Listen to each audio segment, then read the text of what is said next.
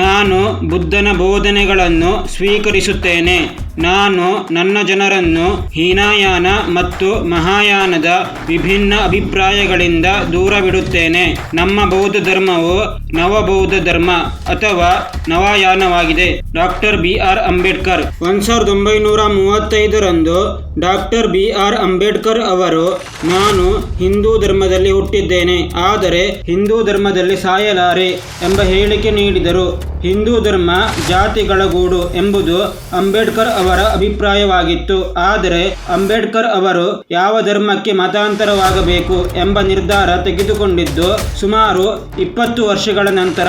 ಅಂಬೇಡ್ಕರ್ ಅವರು ಸುಮಾರು 3,65,000 ಅನುಯಾಯಿಗಳೊಂದಿಗೆ 14/10/1956ರಲ್ಲಿ ಬೌದ್ಧ ಧರ್ಮಕ್ಕೆ ಮತಾಂತರಗೊಂಡರು. ಆದರೆ ಇಲ್ಲಿ ಗಮನಿಸಬೇಕಾದ ಅಂಶವೆಂದರೆ ಅಂಬೇಡ್ಕರ್ ಅವರು ಬೌದ್ಧ ಧರ್ಮದಲ್ಲಿ ಈ ಮೊದಲೇ ಇದ್ದ ಹೀನಯಾನ ಮಹಾಯಾನದಂತಹ ಪಂಥಗಳನ್ನು ಸೇರದೆ ನವಯಾನ ಎಂಬ ಬೌದ್ಧ ಪಂಥವನ್ನು ಸ್ಥಾಪಿಸಿದರು. ಅಷ್ಟೇ ಅಲ್ಲದೆ ಬೌದ್ಧ ಧರ್ಮದ ಕೆಲವು ವಿಚಾರಗಳನ್ನು ತಮ್ಮದೇ ಶೈಲಿಯಲ್ಲಿ ವ್ಯಾಖ್ಯಾನಿಸಿದರು. ಸಿದ್ಧಾರ್ಥ ಬುದ್ಧನಾಗಿದ್ದು ಯಾಕೆ ಎಂಬ ಬಗ್ಗೆ ತಮ್ಮದೇ ವ್ಯಾಖ್ಯಾನ ನೀಡಿದರು. ಅಷ್ಟಕ್ಕೂ ಅಂಬೇಡ್ಕರ್ ಹೀನಯಾನ ಮಹಾಯಾನ ಪಂಥ ಯಾಕೆ ಸೇರಲಿಲ್ಲ, ಜೈನ, ಸಿಖ್, ಇಸ್ಲಾಂ, ಕ್ರೈಸ್ತ ಧರ್ಮ ಸೇರಲು ಯಾಕೆ ಇಷ್ಟಪಡಲಿಲ್ಲ, ಬೌದ್ಧ ಧರ್ಮದ ಯಾವ ಸಾಂಪ್ರದಾಯಿಕ ವಿಷಯಗಳು ಅಂಬೇಡ್ಕರ್ ಒಪ್ಪಲಿಲ್ಲ, ತಿಳಿಯೋಣ ಈ ಒಂದು ವಿಡಿಯೋದಲ್ಲಿ.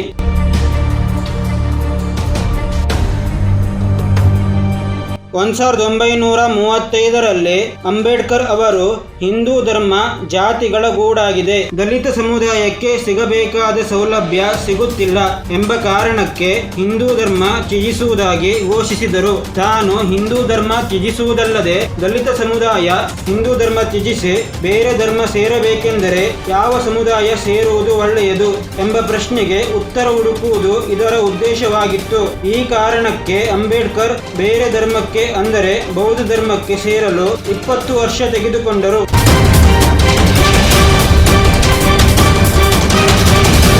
ಅಂಬೇಡ್ಕರ್ ಹಿಂದೂ ಧರ್ಮ ಬಿಡಲು ಹಿಂದೂ ಧರ್ಮ ಜಾತಿಗಳ ಗೂಡು ಎಂಬ ಅಭಿಪ್ರಾಯ ಮತ್ತು ಆ ಕಾಲದಲ್ಲಿದ್ದ ಅಸ್ಪೃಶ್ಯತೆ, ಮೂಢನಂಬಿಕೆ ಕಾರಣ ಆಗಿತ್ತು. ಇದೇ ಸಮಯದಲ್ಲಿ ಬೇರೆ ಯಾವ ಧಾರ್ಮಿಕ ವ್ಯವಸ್ಥೆ ಒಪ್ಪಿಕೊಳ್ಳಬೇಕು ಎಂಬ ಹುಡುಕಾಟದಲ್ಲಿದ್ದರು. ಆಗ ಅನೇಕ ಧಾರ್ಮಿಕ ಮುಖಂಡರು ಅಂಬೇಡ್ಕರ್ ಅವರನ್ನು ತಮ್ಮ ಧರ್ಮಕ್ಕೆ ಬರಲು ಆಹ್ವಾನ ನೀಡಿದವು. ಕೊನೆಯಲ್ಲಿ ಅಂಬೇಡ್ಕರ್ ಬೌದ್ಧ ಧರ್ಮ ಸೇರಿದರು. ಹೀಗೆ ಹಿಂದೂ ಧರ್ಮ ಬಿಡಲು ಜಾತಿ ಹೇಗೆ ಕಾರಣವಾಗಿತ್ತೋ ಹಾಗೆ ಇಸ್ಲಾಂ, ಕ್ರೈಸ್ತ, ಜೈನ ಮುಂತಾದ ಧರ್ಮಗಳನ್ನು ಒಪ್ಪಿಕೊಳ್ಳದೆ ಇರಲು ಹಲವಾರು ಕಾರಣ ಇತ್ತು.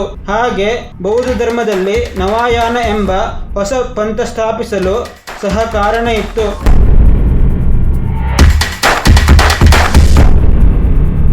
ಅಂಬೇಡ್ಕರ್ ಅವರು ಬೇರೆ ಯಾವ ಧರ್ಮಕ್ಕೆ ಸೇರಬೇಕು ಎಂಬ ಹುಡುಕಾಟದಲ್ಲಿದ್ದಾಗ ಸೆಮೆಟಿಕ್ ಧರ್ಮಗಳು ಸಹ ನೀವು ನಮ್ಮ ಧರ್ಮ ಸೇರಿ ಎಂದು ಆಹ್ವಾನ ನೀಡಿದ್ದರಂತೆ. ಆದರೆ ಅವರು ಅವರ ಆಹ್ವಾನ ಒಪ್ಪಿಕೊಳ್ಳಲಿಲ್ಲ, ಏಕೆಂದರೆ ಅದಕ್ಕೆ ಹಲವು ಕಾರಣಗಳಿದ್ದವು. ಇಸ್ಲಾಂ ಮತ್ತು ಕ್ರೈಸ್ತ ಧರ್ಮದಲ್ಲಿ ತಮ್ಮದೇ ಆದ ಸಾಮಾಜಿಕ ಶ್ರೇಣಿಗಳಿವೆ. ಅವುಗಳು ಜಾತಿ ಎಂಬ ಹೆಸರಿನಿಂದ ಕರೆಸಿಕೊಳ್ಳದೇ ಇರಬಹುದು.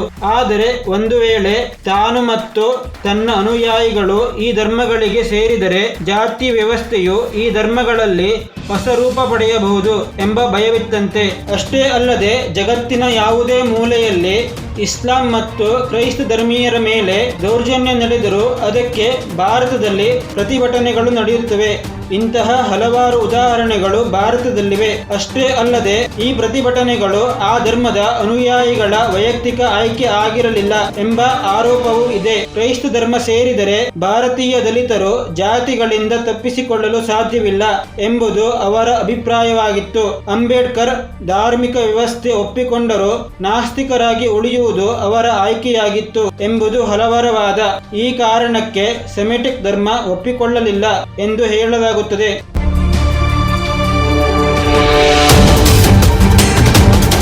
ಭಾರತದಲ್ಲಿ ಹುಟ್ಟಿದ ಜೈನ ಧರ್ಮದ ಬಗ್ಗೆ ಅಂಬೇಡ್ಕರ್ ಅವರಿಗೆ ಗೌರವ ಇದ್ದರೂ ಜೈನ ಧರ್ಮ ಸೇರಬೇಕೋ ಸೇರಬಾರದು ಎಂಬ ಬಗ್ಗೆ ಯೋಚನೆ ಮಾಡಲಿಲ್ಲ ಎಂದು ಹೇಳಲಾಗುತ್ತದೆ. ಆದರೆ ಈ ಬಗ್ಗೆ ಹೆಚ್ಚಿನ ಮಾಹಿತಿ ಲಭ್ಯವಿಲ್ಲ. ಹಾಗೆ ಪಂಜಾಬ್ನ ಅಸ್ಪೃಶ್ಯರು ದಯವಿಟ್ಟು ನೀವು ಸಿಖ್ ಧರ್ಮ ಸೇರಬೇಡಿ, ಏಕೆಂದರೆ ಅವರಿಂದ ಅಂದರೆ ಸಿಖ್ ಧರ್ಮದ ಜಾಟ್ ಸಮುದಾಯದ ಜನರಿಂದ ನಮ್ಮ ಮೇಲೆ ಹಲವಾರು ವರ್ಷಗಳಿಂದ ದೌರ್ಜನ್ಯ ನಡೆಯುತ್ತಿದೆ ಎಂದು ಹೇಳಿದ್ದರು. ಸಿಖ್ ಧರ್ಮವು ಸಮಾನತೆಯನ್ನು ತಿಳಿಸಿದರೂ ಜಾತಿಯನ್ನು ತಿರಸ್ಕರಿಸಿದರೂ ಇಲ್ಲಿಯೂ ಸಹ ಸಾಮಾಜಿಕ ಶ್ರೇಣೀಕರಣವಿದೆ. ಪಂಜಾಬ್ನಲ್ಲಿ ಸಿಖ್ ಧರ್ಮದವರು ದಲಿತರನ್ನು ತಾರತಮ್ಯ ಭಾವನೆಯಿಂದ ನೋಡುತ್ತಿದ್ದರು, ಹಾಗೆ ಅವರಿಗೆ ಬಹಿಷ್ಕಾರವೂ ಸಹ ಇತ್ತು. ಹಾಗೆ ಹಿಂದೂ ಧರ್ಮಕ್ಕೆ ಸಿಖ್ ಧರ್ಮದವರು ಸೇರಿಲ್ಲ ಎಂದು ಹೇಳಿಕೊಂಡರೂ ಸಿಖ್ ಧರ್ಮವನ್ನು ಪ್ರತ್ಯೇಕ ಧರ್ಮ ಎಂದು ಘೋಷಿಸಿದರು. ಹಿಂದೂ ಸಂಸ್ಕೃತಿಯನ್ನು ಒಂದಷ್ಟು ಮಟ್ಟಿಗೆ ಹೋಲುತ್ತದೆ. ಸಿಖ್ ಧರ್ಮ ಸೇರಲು ಅಂಬೇಡ್ಕರ್ ಅವರಿಗೆ ಆಸೆ ಇದ್ದರೂ ಸಿಖ್ ಸಮುದಾಯದಿಂದಲೇ ವ್ಯಾಪಕ ಬೆಂಬಲ ಸಿಗಲಿಲ್ಲ. ಈ ಕಾರಣದಿಂದ ಸಿಖ್ ಧರ್ಮವನ್ನು ಅಂಬೇಡ್ಕರ್ ಸೇರಲು ಒಪ್ಪಲಿಲ್ಲ ಎಂದು ಹೇಳಲಾಗುತ್ತದೆ.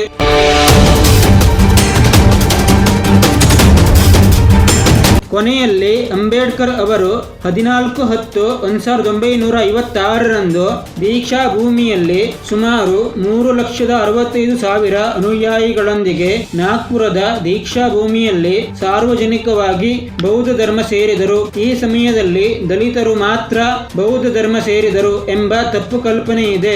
ವಾಸ್ತವದಲ್ಲಿ ದಲಿತ ವರ್ಗದ ಜನರು ಈ ಸಮಯದಲ್ಲಿ ಹೆಚ್ಚಿದ್ದರು. ಹಾಗೆ ಮೇಲ್ಜಾತಿಯ ಹಿಂದೂಗಳು ಸಹ ಬೌದ್ಧ ಧರ್ಮ ಸೇರಿದ್ದರು. ಆದರೆ ಈ ಬಗ್ಗೆ ಹೆಚ್ಚು ಪ್ರಚಾರವಾಗಲಿಲ್ಲ. 16/10/1956ರಂದು ಚಂದ್ರಾಪುರದಲ್ಲಿ 3 ಲಕ್ಷ ಜನರು ಬೌದ್ಧ ಧರ್ಮ ಸೇರಿದರು. ಇದರಿಂದ ಪ್ರಭಾವಿತರಾದ ಇಂದಿನ ಮಯನ್ಮಾರ್ ದೇಶದ 5,000 ತಮಿಳರು 28/10/1956ರಂದು ಆಗಿನ ಬರ್ಮಾದ ಸುಪ್ರೀಂ ಕೋರ್ಟ್ ನ್ಯಾಯಮೂರ್ತಿ ನೇತೃತ್ವದಲ್ಲಿ ರಂಗೂನ್ನಲ್ಲಿ ಬೌದ್ಧ ಧರ್ಮ ಸ್ವೀಕರಿಸಿದರು. ಆದರೆ ಈಗಾಗಲೇ ಇದ್ದ ಹೀನಾಯಾನ ಮಹಾಯಾನ ಪಂಥ ಸೇರದೆ ನವಾಯಾನ ಪಂಥ ಸೇರಿದರು. ಏಕೆಂದರೆ ಬೌದ್ಧ ಧರ್ಮದ ಕೆಲವು ಸಾಂಪ್ರದಾಯಿಕ ವಿಷಯಗಳಲ್ಲಿ ಅಂಬೇಡ್ಕರ್ ಅವರಿಗೆ ಆಸಕ್ತಿ ಇರಲಿಲ್ಲ. ಹಾಗೆ ಬುದ್ಧನ ಅನೇಕ ಬೋಧನೆಗಳು ಈಗಿನ ಕಾಲಕ್ಕೆ ಒಪ್ಪುವುದಿಲ್ಲ ಎಂಬುದು ಅವರ ಅಭಿಪ್ರಾಯವಾಗಿತ್ತಂತೆ.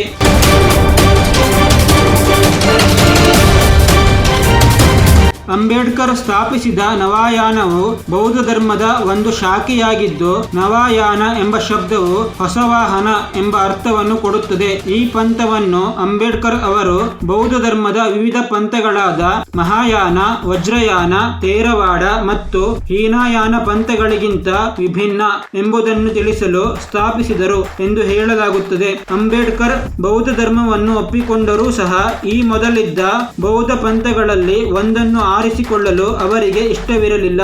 ಏಕೆಂದರೆ ಅವರ ಸಾಂಪ್ರದಾಯಿಕ ಆಲೋಚನೆಗಳು ಅಂಬೇಡ್ಕರ್ ಅವರಿಗೆ ಇಷ್ಟವಾಗಲಿಲ್ಲ. ಬುದ್ಧನ ಅನೇಕ ಬೋಧನೆಗಳನ್ನು ಸಹ ಅಂಬೇಡ್ಕರ್ ಒಪ್ಪಲಿಲ್ಲ. ಉದಾಹರಣೆಗೆ, ಬುದ್ಧನ 4 ಆರ್ಯ ಸತ್ಯಗಳು ಬುದ್ಧನ ಬೋಧನೆಗಳಲ್ಲ, ನಂತರ ಸೇರಿಸಲ್ಪಟ್ಟವುಗಳು. ಹಾಗೆ ಆಸೆಯೇ ದುಃಖಕ್ಕೆ ಮೂಲ ಕಾರಣ ಎಂಬ ಹೇಳಿಕೆಯನ್ನು ಅಂಬೇಡ್ಕರ್ ಒಪ್ಪಲಿಲ್ಲ. ಅವರು ವರ್ಗ ಸಂಘರ್ಷ, ಸಾಮಾಜಿಕ ಸಮಾನತೆ, ಶಿಕ್ಷಣದ ಹಕ್ಕಿನ ಬಗ್ಗೆ ಹೆಚ್ಚಿನ ಕಾಳಜಿ ಹೊಂದಿದ್ದರು. ಬೌದ್ಧ ಧರ್ಮದ ಕೆಲವು ವಿಷಯಗಳು ಬುದ್ಧನ ಮೂಲ ಆಶಯವಾಗಿರಲಿಲ್ಲ. ನಂತರದ ಬೆಳವಣಿಗೆಯಲ್ಲಿ ಹಿಂದೂ ಧರ್ಮದ ಪ್ರಭಾವವು ಬೌದ್ಧ ಧರ್ಮದ ಮೇಲಾಗಿ ಹೊಸ ವಿಷಯ ಬೌದ್ಧ ಧರ್ಮದಲ್ಲಿ ಅಡಕವಾಯಿತು ಎಂಬುದು ಅವರ ವಾದವಾಗಿತ್ತು.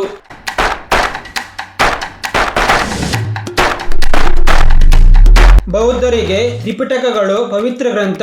ನವಬೌದ್ಧರು ಅಂಬೇಡ್ಕರ್ ಅವರ ಬುದ್ಧ ಮತ್ತು ಅವನ ಧಮ್ಮ ಪುಸ್ತಕವನ್ನು ಪವಿತ್ರ ಗ್ರಂಥವೆಂದು ಒಪ್ಪಿಕೊಂಡಿದ್ದಾರೆ. ಇತ್ತೀಚಿನ ಬೆಳವಣಿಗೆಯಲ್ಲಿ ನಮ್ಮದು ಬೌದ್ಧ ಧರ್ಮವಲ್ಲ, ಬೌದ್ಧ ಧಮ್ಮ, ಧರ್ಮಕ್ಕಿಂತ ವಿಭಿನ್ನ ನಮ್ಮ ಬೌದ್ಧ ಧಮ್ಮ ಎಂಬ ಹೇಳಿಕೆಯನ್ನು ಇವರು ಕೊಟ್ಟಿದ್ದರು. 2011ರ ಜನಗಣತಿಯಲ್ಲಿ 90% ನವಬೌದ್ಧರು ಮಹಾರಾಷ್ಟ್ರದಲ್ಲಿದ್ದರು. ಇದೇ ಸಮಯದಲ್ಲಿ ಮಹಾರಾಷ್ಟ್ರದ ಜನಸಂಖ್ಯೆಯಲ್ಲಿ 5.8% ಜನ ನವಾಯಾನ ಬೌದ್ಧರಿದ್ದರು. ಭಾರತದ ಬೌದ್ಧರಲ್ಲಿ 77% ಜನ ನವಬೌದ್ಧರೇ ಇದ್ದಾರೆ. ಅಂಬೇಡ್ಕರ್ ನವಾಯಾನ ಪಂಥ ಸ್ಥಾಪಿಸುವ ಸಮಯದಲ್ಲಿ 22 ಪ್ರತಿಜ್ಞೆಗಳನ್ನು ತಮ್ಮ ಅನುಯಾಯಿಗಳು ಅನುಸರಿಸಬೇಕೆಂದು ಹೇಳಿದ್ದರು. ಹಾಗೆ ತ್ರಿರತ್ನಗಳು, ಪಂಚಶೀಲ ತತ್ವಗಳನ್ನು ಬೋಧನೆ ಮಾಡಲಾಯಿತು. ಇದಿಷ್ಟು ಈ ವಿಡಿಯೋದ ಮಾಹಿತಿ. ನಿಮಗೆ ಈ ವಿಡಿಯೋ ಇಷ್ಟ ಆಗಿದ್ರೆ ಲೈಕ್ ಮಾಡಿ, ಶೇರ್ ಮಾಡಿ, ಹಾಗೆ ಸಬ್ಸ್ಕ್ರೈಬ್ ಮಾಡಿ.